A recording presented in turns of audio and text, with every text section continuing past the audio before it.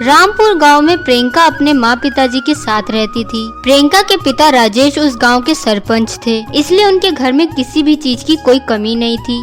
लेकिन भगवान को कुछ और ही मंजूर था। अचानक तबीयत खराब हो जाने से उसकी माँ की मृत्यु हो जाती है। प्रियंका बिल्कुल अकेली हो जाती है। तभी प्रियंका का पिता आता है और बोलता है, प्रियंका बेटा, थोड़ा बहुत तुम खाना खा लो। कल से तुमने कुछ नहीं खाना खाया है बेटा। नहीं पिताजी, मुझे बिल्कुल भी भूख नहीं है।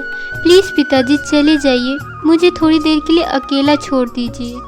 राजेश को समझ नहीं आ रहा था कि आखिर वो करे तो क्या। गांव और परिवार वालों के कहने पर सरिता से दूसरी शादी कर ली और अपनी बेटी प्रियंका से परिचय करवाते हुए बोलता है, सरिता, यह मेरी बेटी प्रियंका है। मैंने अपनी बेटी के खातिर ही तुमसे शादी किया है। तुम मेरी बेटी का अच्छे से ख्याल रखना।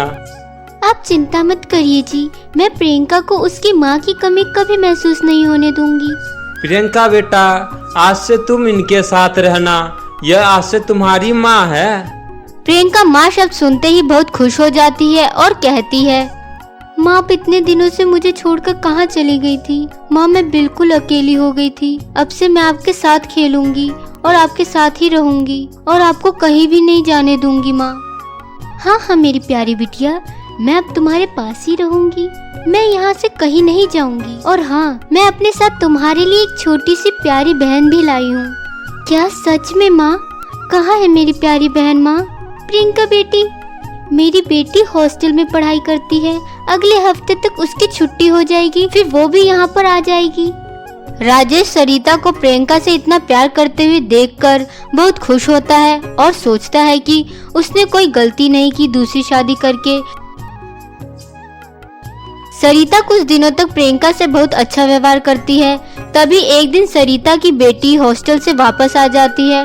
वो अपनी माँ को प्रियंका की सेवा करता देख वह अपनी माँ से बोलती है, ये क्या है माँ, आप इसकी इतनी सेवा क्यों कर रही हो? मुझे तो ये बिल्कुल भी अच्छी नहीं लगती है। ये बिल्कुल गंवार है, गंवार। हाँ बेटा, ये लड़की गंवार ही है, लेकिन क्या करूं, राजेश इस लड़की से बहुत प्यार करता है। अगर इस गंवार ने अपने बाप को कुछ भी बता दिया तो हमारे इस घर में रहना मुश्किल हो जाएगा। माँ मेरे पास एक अच्छा आइडिया है। और फिर जूही अपनी माँ को सिखाती है। उसके बाद दोनों माँ बेटी मिलकर प्रियंका पर अत्याचार करना शुरू कर देती है। उससे पूरे घर का काम करवाती है। जब प्रियंका का पिता घर में होता है तब झूठा नाटक करती है, उससे प्यार करती है और जैसे ही उसका पिता काम से बाहर जाता है वैसे ही दोनों माँ बेटी अत्याचार करना शुरू कर देती हैं। तभी एक दिन राजेश के घर आते ही सरिता डाइनिंग टेबल पर आवाज देते हुए बोलती है, प्रियंका बेटा, देखो मैंने तुम्हारे लिए तुम्हारी पसंद का खाना बनाया है। खीर, पूड़ी और पनीर की सब्जी। जल्दी आओ बेटा खाना खाने। अरे भगवान, इतना कुछ बनाने की क्या जरूरत थी? कोई बात नहीं जी, अब तो मेरी आदत ही पड़ चुकी है, क्योंकि पूरे दिन प्रियंका को हर समय कुछ न कुछ खाने का मन करता रहता है। तभी उधर से जूही आती है और बोलती है, माँ मैंने प्रियंका के सारे गंदे कपड़े धो दिए हैं और प्रियंका के कमरे की अच्छे से सफाई भी कर दी है। और देखो ना माँ, मेरे हाथ में कांच का टुकड़ा भी चुभ गया है। वो प्रियंका ने जमीन पर कांच का गिलास गिरा दिया था ना, मेरे हाथ में दर्द हो रहा है। सरिता, तुमने प्रियंका को कुछ ज्यादा ही सर पे चढ़ा रखा है। वह तुमसे इतना काम करवाती है। आज आने दो उसे, अभी बताता हूँ। वो बहुत बिगड़ चुकी है। अरे कोई नहीं जी, जाने दीजिए, वो अभी बच्ची है, जब बड़ी होगी तो समझ जाएगी। अब मैं प्रियंका को खाना देकर आती हूँ, जब तक आप दोनों खाना खाइए। उसके बाद सरिता खाना लेकर प्रियंका के कमरे में जाती है। तभी प्रियंका बोलती है, माँ आपने मेरे कमरे को बाहर से लॉक क्यों कर दिया? माँ मुझे नीचे जाना है, मुझे पिताजी से मिलना है। प्रियंका की ये बातें सुनकर सरिता प्रियंका को जोर से तमाचा मारते हुए बोलती है, अच्छा तो तू अपने बाप से हम दोनों माँ बेटी की शिकायत करने जाएगी? जुबान काट कर रख दूंगी अगर तूने अपने बाप को कुछ भी बताया तो। और देख, मैं तेरे लिए खाना लेकर आई हूँ, खीर, पूरी, पनीर की सब्जी। खाएगी? हाँ माँ, मुझे खाने को दे दो, मुझे जोरों की भूख लगी है, मैंने कुछ नहीं खाया है। अच्छा तुझे जोरों की भूख लगी है, ये ले खा ले। इतना बोलकर सरिता खाने की प्लेट को अपने हाथों से जमीन पर पटक देती है। आवाज सुनकर राजेश और जूही कमरे में आ जाते हैं। तभी सरिता जोर जोर से रोने का नाटक करने लगती है और रोते हुए बोलती है, प्रियंका बेटा, क्या खाना इतना बुरा था कि आपने खाने की प्लेट को ही फेंक दिया?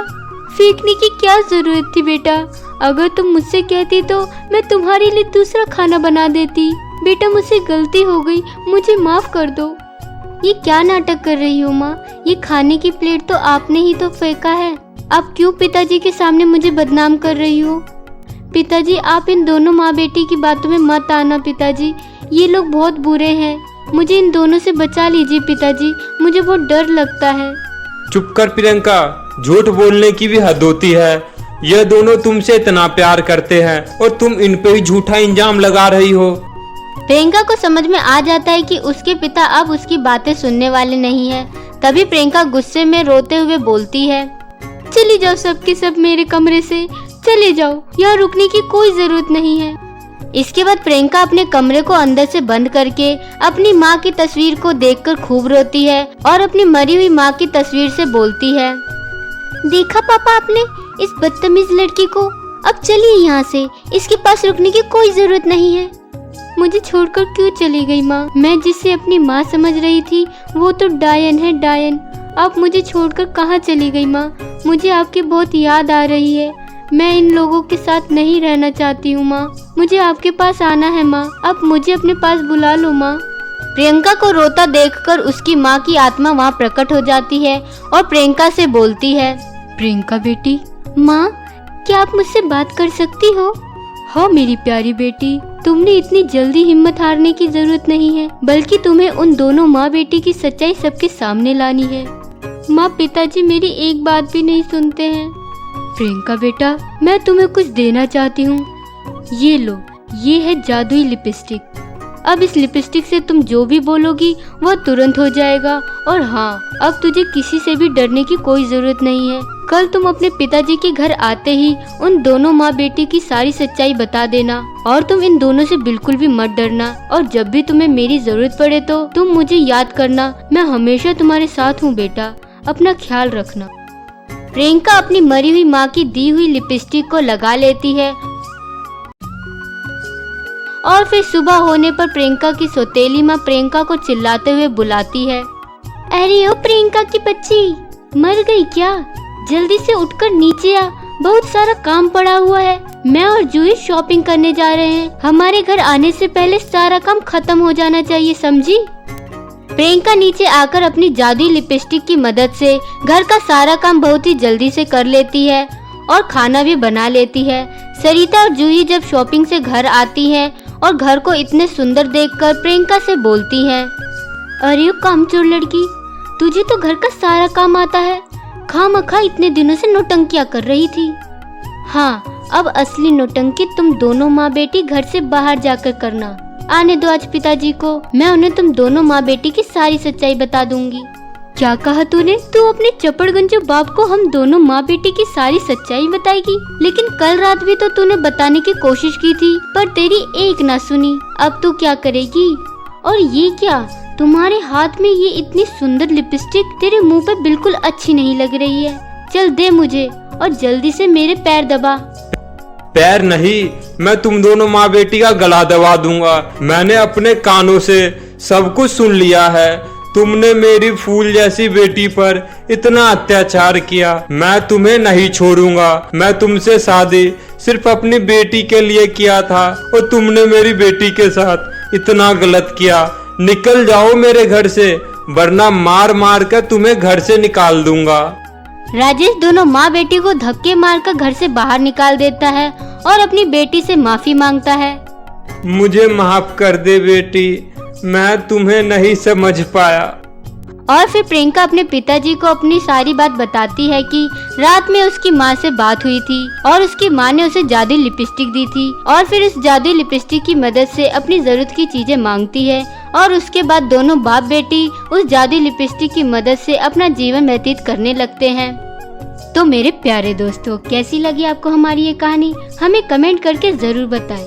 कहानी अच्छी लगी हो तो इसे अपने दोस्तों के साथ भी जरूर शेयर करें। और हाँ दोस्तों, आपने अभी तक हमारे चैनल जादुई टून को सब्सक्राइब नहीं किया है तो जल्दी से नीचे लाल बटन दबाकर अभी सब्सक्राइब कर ले और बेल आइकन दबाना ना भूले। तो मिलते हैं आप सभी से फिर एक और मजेदार कहानी के साथ। तब तक आप लोग अपना ख्याल रखें। धन्यवाद। सिंड्रेला परी का जादुई लहंगा। बहुत समय पहले की बात है। आजमगढ़ के राजा सूर्य प्रताप के घर 2 राजकुमार के बाद एक बहुत ही प्यारी सी राजकुमारी का जन्म हुआ, जिसकी सुंदर नीली नीली आंखें और सुनहरे बाल थे। राजकुमारी के जन्म से राजा और रानी से लेकर महल का हर इंसान बहुत ही ज्यादा खुश था। जल्द ही राजकुमारी का नामकरण का भी दिन आ गया। महल को बहुत अच्छे से सजाया गया और उस दिन एक भव्य समारोह का आयोजन किया गया। उस सभा में राजा ने परी लोक की सारी परियों को भी आमंत्रित किया और उस प्यारी नन्ही राजकुमारी का नाम रखा गया सिंड्रेला। बहुत अच्छे से समारोह संपन्न हुआ। महारानी, इतनी शानदार और भव्य समारोह के लिए आपका बहुत बहुत धन्यवाद। अब हम सभी परियां आपसे जाने की अनुमति चाहते हैं। परियों, परंपरा के अनुसार आप कृपा करके हमारी बेटी के भविष्य के बारे में बताइए कि उसके भविष्य में क्या होने वाला है। महारानी साहिबा, हम स्पष्ट रूप से तो आपको कुछ नहीं बता सकते, लेकिन हमें लगता है कि आपकी प्यारी राजकुमारी बेटी भविष्य में अपने दोनों भाइयों की मृत्यु का कारण बन सकती है। आपकी बेटी के भविष्य में दुख के सिवा हमारे पास बताने के लिए कुछ नहीं है। इतना बोलकर सभी परियां वहां से चली जाती हैं। यह सुनकर राजा रानी बहुत ही ज्यादा उदास हो जाते हैं और वो अपनी समस्या का हल निकालने के लिए बड़े बड़े ज्ञानी से सलाह लेते हैं। राजा की समस्या का हल नहीं निकल पाता है। महारानी अपनी बेटी सिंड्रेला के पास जाकर जोर जोर से रोने लगती है। रानी को यूं रोता देखकर राजा कहते हैं, महारानी, अब एक ही व्यक्ति है जो हमारी समस्या का हल बता सकता है। राजा महारानी को अपने साथ एक घने जंगल में लेकर जाते हैं, जहाँ पर एक बहुत ही बड़े साधु अकेले जंगल में कुटिया बनाकर रहते थे। साधु राजा और रानी को पहचान लेता है। महाराज और महारानी, आप दोनों यहाँ सब ठीक है ना? फिर महाराज ने रोते हुए साधु को अपनी बेटी सिंड्रेला के बारे में बताते हैं और परी द्वारा कही हुई बातें भी उन्हें बताते हैं। बाबा, अब आप ही हमारी कोई मदद कीजिए। कृपा करके हमारे समस्याओं का हल बताए। हम वहाँ से ये प्रार्थना लेकर आए हैं। उसके बाद वह साधु रानी से कहते हैं कि उन्हें अपनी बेटी को एक सुरक्षित स्थान पर केंद्रित कर देना चाहिए और उसे वहाँ से कभी बाहर नहीं आने देना चाहिए। महारानी ने साधु को इनाम देकर वहाँ से महल में लौट आती है और फिर सिंड्रेला के लिए एक सुनसान जगह पर बहुत ऊंचा घर बनवाया जाता है, जहाँ सिंड्रेला को रखा जाता है। राजा उनके दोनों बेटे अक्सर सिंड्रेला से मिलने वहां आते रहते थे, लेकिन सिंड्रेला को वहां से बाहर जाने की अनुमति नहीं थी। सिंड्रेला के बड़े भाई का नाम राजकुमार सम्राट था और छोटे राजकुमार का नाम विराट था। दोनों भाई अपनी बहन से बहुत ही अधिक प्रेम करते थे।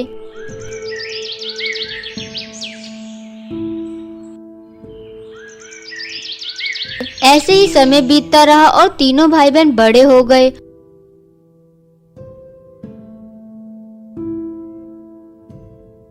और राजा रानी बूढ़े हो गए और बीमार पड़ गए। कुछ ही दिनों बाद राजा और रानी दोनों की मृत्यु हो गई। राजा रानी की मृत्यु से पूरे राज्य में शोक था, हर कोई दुखी था। सिंड्रेला भी अपने माता पिता के चले जाने से बहुत ही ज्यादा दुखी थी। राजा की मृत्यु के बाद उनके बड़े बेटे सम्राट उनकी गद्दी पर बैठ गए।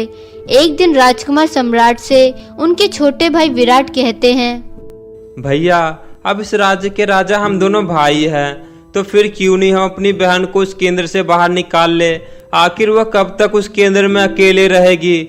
आखिर उसकी विवाह की उम्र हो गई है। ठीक है, चलो। भैया, अच्छा हुआ आप वापस आ गए। भैया, कृपा करके मुझे यहाँ से बाहर ले चलो, नहीं रहना चाहती हूँ मैं यहाँ।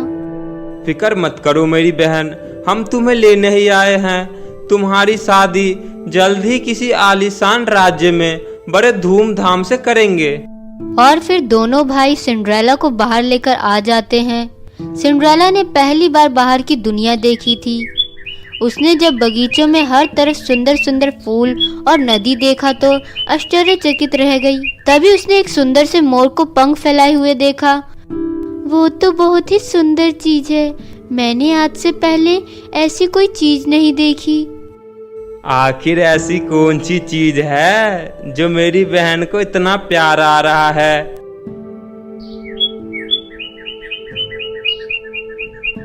अरे ये क्या? ये तो मोर है। ये एक बहुत सुंदर जीव है, मोर। मुझे ये बहुत ही अच्छा लगा और मैं कसम खाती हूँ मैं शादी करूँगी तो सिर्फ मोरों के राजा से ही और किसी से नहीं करूँगी। सिमरैला, आखिर हमें मोरों का राजा कहाँ मिलेगा? वो सब मुझे नहीं पता भैया, लेकिन मैं मोरों के राजा के सिवा किसी से भी शादी नहीं करूँगी। दोनों भाई अपनी बहन की जिद से बहुत ही चिंतित हो गए। काफी सोचने के बाद दोनों भाई ने फैसला किया कि वो मोरों के राजा को ढूंढ कर ही रहेंगे। उन्होंने अपनी बहन की एक तस्वीर ली और अपने साथ रख लिया। मेरी बहन, हम दोनों भाई तुम्हारे लिए मोरों का राजा तलाश करने जा रहे हैं। तब तक तुम इस महल का अच्छे से ध्यान रखना। ठीक है भैया, आप निश्चित होकर जाइए। मैं वादा करती हूँ मैं आपके राज्य का बहुत ही अच्छे से ख्याल रखूंगी। दोनों भाई अपने घोड़े पर सवार होकर महल से निकल पड़े। वो लोग काफी दिनों तक चलते रहे और बहुत दूर निकल गए। उन्होंने हर जगह मोरों के राजा को ढूंढने की कोशिश की, लेकिन उसे वो कहीं नहीं मिले।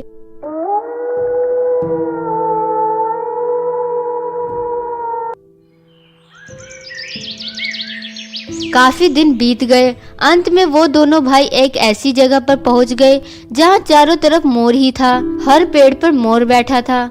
दोनों भाई उस राज्य के अंदर गए और मोरों की नगरी में पहुंच चुके थे। तभी उधर से मोरों के राजा की सवारी आ रही थी। राजा अद्भुत सुंदर थे। उनके सुनहरे बाल और नीली आंखें थी और उसके रथ को बेहद ही खूबसूरत मोर खींच रहे थे। तभी मोरों के राजा उनके पास आए। तुम दोनों यहाँ पर अजनबी लगते हो।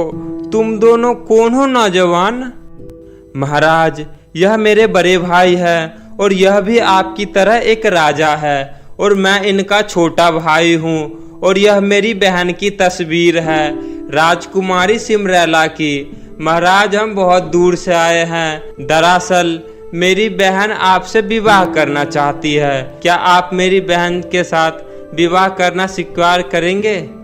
तुम्हारी बहन तो वाकई में खूबसूरत है और उसके सुनहरे बाल सोने जैसे चमक रहे हैं। लेकिन तुम्हारी बहन का क्या वह भी बालों की तरह सोने सा दयालु है? उसका दिल तो उसके सूरत से भी ज्यादा अच्छा है। महाराज, तो ठीक है, मैं आपकी बहन के साथ विवाह करने के लिए तैयार हूँ। लेकिन और मैं आपसे वादा करता हूँ मैं उसे बहुत ही ज्यादा खुश रखूंगा। और हाँ, वह जैसा चाहेगी मैं वैसा ही करूँगा। अगर तुम्हारी बहन घमंडी और लालची निकली तो इसका तुम्हें बहुत बड़ी सजा दूंगा। हाँ, क्यों नहीं महाराज, हम आपकी बातों से सहमत है। और फिर मोरों के राजा दोनों भाई को बड़े ही सम्मान के साथ महल में रहने का प्रबंध करते हैं।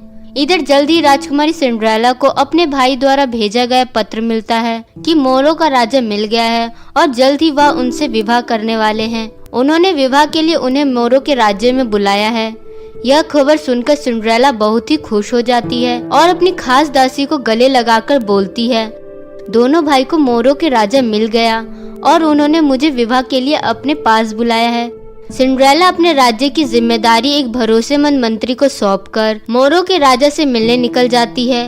वह अपने साथ एक दासी और उसकी एक बेटी और अपना एक प्यारा सा तोता लेकर जाती है।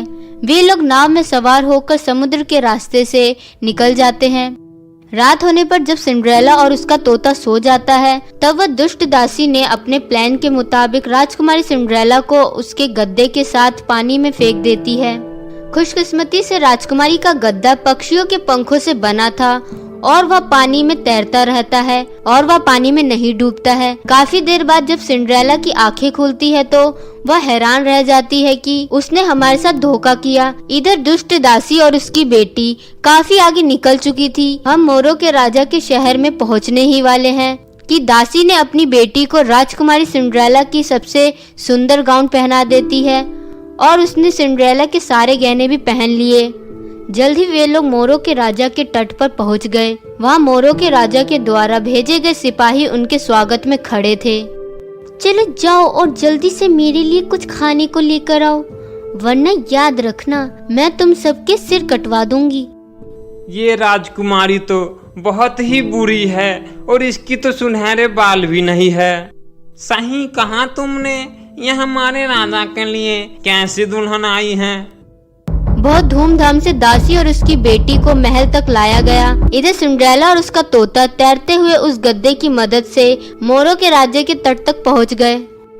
चलो दोस्त, मुझे जल्दी से मोरों के राजा के पास ले चलो, मेरे प्यारे तोते जल्दी करो।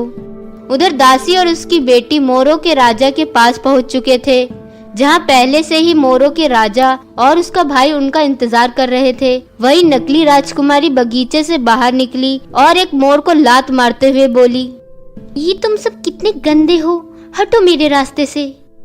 राजकुमारी का ऐसा व्यवहार देखकर मोरों के राजा गुस्से से आग बबूला हो गया।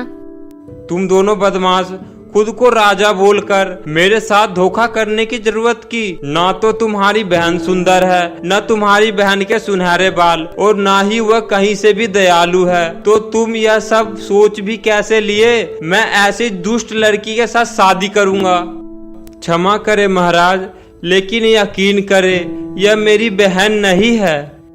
पहरेदारों, इन दोनों को बता दिया जाए मोरों के राजाओं से झूठ बोलने का क्या परिणाम होता है। इन्हें अभी के अभी मृत्यु दंड दिया जाए। राजकुमार सिंड्रेला अपने तोते के साथ दौड़ते हुए वहां पहुंची। क्षमा करे मोरों के राजा, मैं हूं असली राजकुमारी सिंड्रेला, और वह जो मेरे कपड़ों में है वो मेरी दासी की बेटी है। मोरों का राजा आश्चर्यचकित रह गया। राजकुमारी सिंड्रेला ने मोरों के राजा को सब कुछ बताया। पहरेदारों, इस दुष्ट दासी और उसकी बेटी को पकड़ लो और इसको रस्सियों से बांधकर समुंदर में छोड़ दो। यह सुनकर सिंड्रेला मोरों के राजा से बोली, मोरों के राजा, कृपा कर उन्हें माफ कर दे। उन्होंने जो हमारे साथ किया वह बहुत गलत किया, लेकिन उन्हें उनके कर्मों की सजा मिल चुकी है। फिर भी उन्हें इस तरह समुद्र में ना फेंके। अगर आप उन्हें क्षमा कर देंगे तो वह कभी किसी को हानि नहीं पहुंचाएंगे। मोरों के राजा यह सब सुनकर बहुत ही खुश हुए। उन्हें बहुत ही अच्छा लगा कि उनके साथ सच में एक बहुत ही दयालु लड़की से शादी होने जा रही है। जिस दासी और उसकी बेटी ने उन्हें इतना नुकसान पहुंचाने की कोशिश की, फिर भी राजकुमारी सिंड्रेला के दिल में उनके प्रति रहम है। वह मुस्कुराया और बोला, राजकुमारी सिंड्रेला, न आप तो सिर्फ दिखने में सुंदर हो, बल्कि आपका दिल तो उससे भी ज्यादा सुंदर है। मुझे आप बहुत ज्यादा अच्छी लगी और मैं आपको बहुत ही अधिक प्रेम करने लगा हूँ।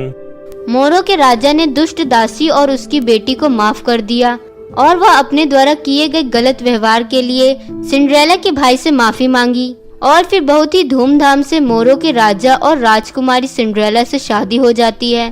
तो मेरे प्यारे दोस्तों, कैसी लगी आपको मेरी ये कहानी? मुझे कमेंट करके जरूर बताएं। कहानी अच्छी लगी हो तो इसे अपने दोस्तों के साथ भी शेयर करें। और हाँ दोस्तों, अगर आपने अब तक हमारे चैनल जादुई टीन को सब्सक्राइब नहीं किया है तो जल्दी से नीचे लाल बटन दबाकर अभी सब्सक्राइब कर ले। तो मिलते हैं ऐसी नई मजेदार कहानी के साथ। तब तक आप लोग अपना ध्यान रखिए दोस्तों। धन्यवाद।